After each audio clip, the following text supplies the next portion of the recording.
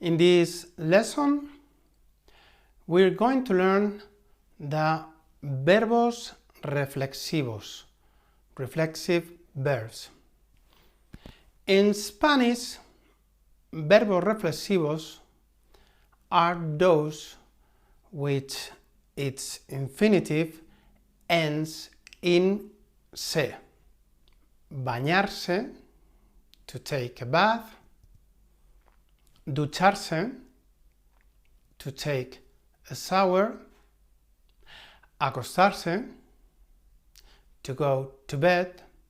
Afeitarse, to shave. These verbs are constructed with the reflexive pronouns. For instance, yo me acuesto. Tú te acuestas. Él, ella, usted se acuesta. Nosotros, nosotras, nos acostamos. Vosotros, vosotras, os acostáis.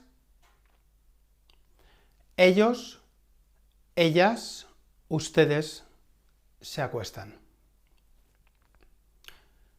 Reflexive pronouns are me, te, se, nos, os.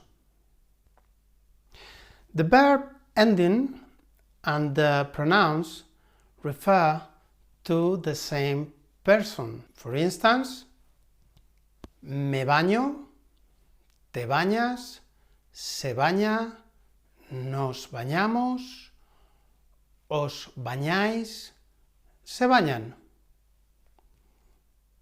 Now let's make some sentences.